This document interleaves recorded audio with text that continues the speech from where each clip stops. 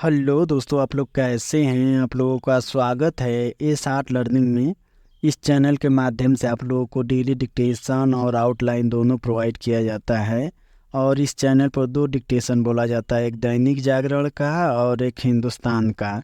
दैनिक जागरण का स्पीड रहता है 40 और 80, और हिंदुस्तान का रहता है 70, 80 और 90। यदि इसका पीडीएफ चाहिए तो हमारे टेलीग्राम चैनल से जुड़ सकते हैं आप लोग, वहाँ से पीडीएफ ले सकते हैं। तो स्टार्ट करते हैं दैनिक जागरण का। 40 वर्ड प्रति मिनट स्टार्ट होगा 5 सेकंड बाद।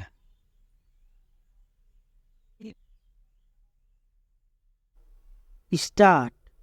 लोकसभा में आम बजट पर चर्चा करते हुए नेता प्रतिपक्ष राहुल गांधी ने जिस तरह अपना यह पुराना आरोप नए सिरे से दोहराया कि बजट बनाने वालों में कोई एससी, एसटी और ओबीसी अधिकारी नहीं होता, उससे यदि कुछ स्पष्ट है तो यही कि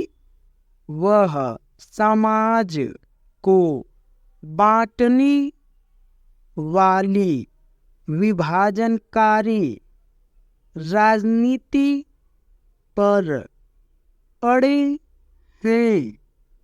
वह यह बात पहले भी कई बार कह चुके हैं और सरकार की ओर से हर बार उन्हें विस्तार से यह बताया जा चुका है कि ऐसी स्थिति क्यों है और किस तरह इसके लिए कांग्रेस की तत्कालीन सरकारें ही जिम्मेदार हैं, लेकिन वह कुछ समझने के लिए तैयार ही नहीं। वह जानबूझकर इस तथ्य की भी अनदेखी कर रहे हैं कि संप्रग सरकार के समय भी यही स्थिति थी।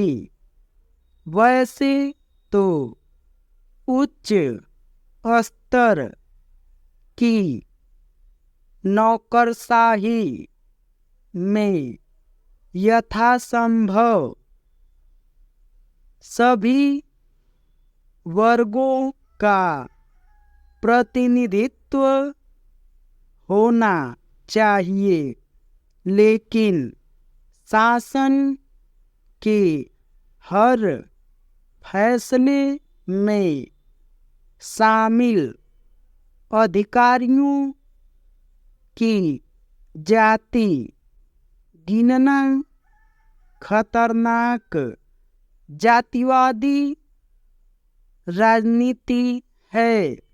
राहुल गांधी एक तरह से यह कहना चाह रहे हैं कि अनारक्षित वर्गों के अधिकारी आरक्षित वर्गों के हितों की उपेक्षा करते हैं। एक बार वह यहाँ तक संकेत कर चुके हैं कि उच्च जाति के शिक्षक प्रश्न पत्र बनाते हैं, इसलिए आरक्षित वर्ग के छात्र फेल हो जाते हैं। आखिर यह भड़काऊ राजनीति नहीं तो और क्या है? राहुल गांधी के रुख रवैये से यही लगता है कि वह अभी भी चुनावी मुद्रा में हैं।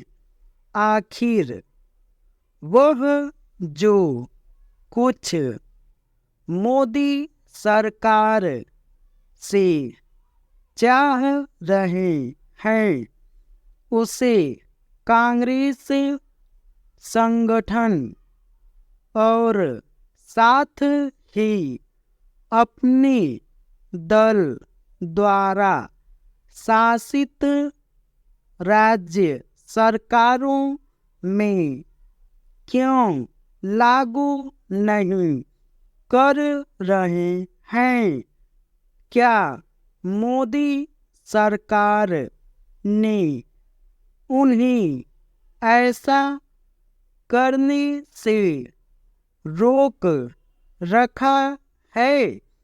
उन्हें बताना चाहिए कि कर्नाटक, तेलंगाना और हिमाचल प्रदेश में बजट बनाने में आरक्षित वर्गों के कितने अधिकारियों की हिस्सेदारी होती है, वह मोदी शासन की तरह मीडिया में भी आरक्षित वर्गों के प्रतिनिधित्व का प्रश्न भी कई बार उठा चुके हैं, लेकिन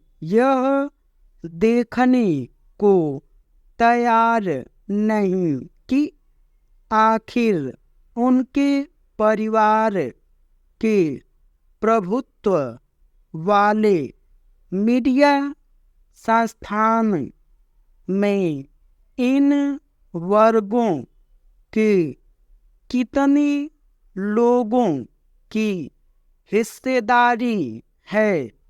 राहुल गांधी ने बजट पर सरकार को घेरने के लिए महाभारत का उल्लेख करते हुए यह भी कह डाला कि जैसे अभिमन्यु को चक्रव्यूह में घेर लिया गया था, उसी तरह देश को भी मोदी सरकार ने घेर रखा है।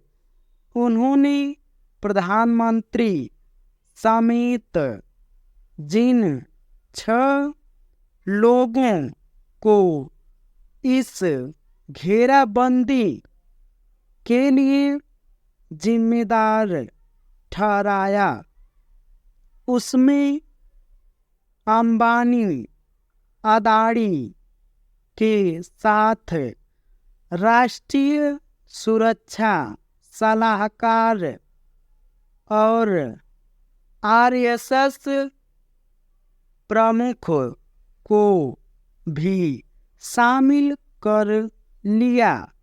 स्पष्ट है कि वह मनमानी और बेतुके तर्क देने में संकोच नहीं कर रहे हैं। वह अपनी ऐसी बातों से चर्चा में तो आ जाते हैं और उनके समर्थक उनकी वाहवाही करने में जुट जाते हैं, लेकिन नेता प्रतिपक्ष के तौर पर वह न तो समाज को कोई सही दिशा दे पा रहे हैं और न ही सरकार को कोई सार्थक सुझाव। ये डिक्टेशन 40 वर्ड प्रति मिनट समाप्त हुआ और अब स्टार्ट होगा 80 वर्ड प्रति मिनट 5 सेकेंड बाद।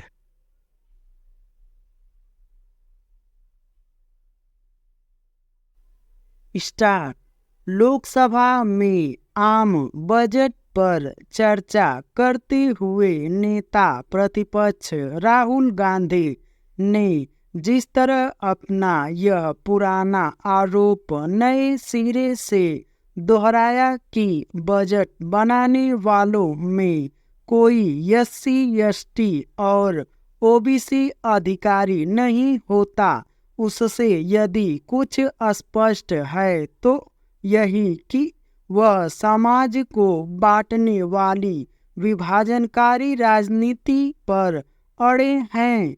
वह यह बात पहले भी कई बार कह चुके हैं और सरकार की ओर से हर बार उन्हें विस्तार से यह बताया जा चुका है कि ऐसी स्थिति क्यों है और किस तरह इसके लिए कांग्रेस की तत्कालीन सरकारें ही जिम्मेदार हैं, लेकिन वह कुछ समझने के लिए तैयार ही नहीं। वह जानबूझकर इस तथ्य की भी अनदेखी कर रहे हैं कि संप्रग सरकार के समय भी यही स्थिति थी। वैसे तो उच्च स्तर की नौकरशाही में यथासंभव सभी वर्गों का प्रतिनिधित्व होना चाहिए, लेकिन शासन के हर फैसले में शामिल अधिकारियों की जाति गिनना खतरनाक जातिवादी राजनीति है। राहुल गांधी एक तरह से यह कहना चाह रहे हैं कि अनारक्षित वर्गों के अधिकारी आरक्षित वर्गों के हितों की उपेक्षा करते हैं। एक बार वह यहाँ तक संकेत कर चुके हैं कि उच्च जाति के शिक्षक प्रश्न पत्र बनाते हैं, इसलिए आरक्षित वर्ग के छात्र फेल हो जाते हैं। अगर यह भड़काऊ राजनीति नहीं तो और क्या है? राहुल गांधी के रुख रवैये से यही लगता है कि वह अभी भी चुनावी मुद्रा में हैं। आखिर वह जो कुछ मोदी सरकार से चाह रहे हैं उसे कांग्रेस संगठन और साथ ही अपने दल द्वारा शासित राज्य सरकारों में क्यों लागू नहीं कर रहे हैं? क्या मोदी सरकार ने उन्हें ऐसा करने से रोक रखा है? उन्हें बताना चाहिए कि कर्नाटक, तेलंगाना और हिमाचल प्रदेश में बजट बनाने में आरक्षित वर्गों के कितनी अधिकारियों की हिस्सेदारी होती है। वह मोदी शासन की तरह मीडिया में भी आरक्षित वर्गों के प्रतिनिधित्व का प्रश्न भी कई बार उठा चुके हैं, लेकिन यह देखने को तैयार नहीं कि आखिर उनके परिवार के प्रभुत्व वाले मीडिया संस्थान में इन वर्गों के कितने लोगों की हिस्सेदारी है। राहुल गांधी ने बजट पर सरकार को घेरने के लिए महाभारत का उल्लेख करते हुए यह भी कह डाला कि जैसे अभिमन्यु को चक्रव्यूह में घेर लिया गया था, उसी तरह देश को भी मोदी सरकार ने घेर रखा है।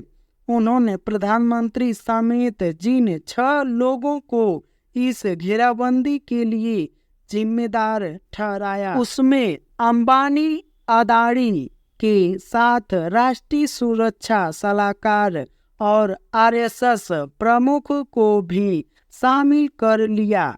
स्पष्ट है कि वह मनमाने और बेतुके तर्क देने में संकोच नहीं कर रहे हैं। वह अपनी ऐसी बातों से चर्चा में तो आ जाते हैं और उनके समर्थक उनकी वाहवाही करने में भी जुट जाते हैं, लेकिन नेता प्रतिपक्ष के तौर पर वह न तो समाज को कोई सही दिशा दे पा रहे हैं और न ही सरकार को कोई समर्थक सुझाव। जो डिक्टेशन बोला गया है उस डिक्टेशन को आप लोग जांचिए और मिलाइए और शब्द को देखिए, क्या हमने जो डिक्टेशन बोला है वो सही लिखा हुआ है या नहीं सही लिखा हुआ है। इससे ये पता चलेगा कि आप लोगों को शब्दों की पकड़ हो रहा है। ठीक है, तो मिलते हैं नेक्स्ट वीडियो में।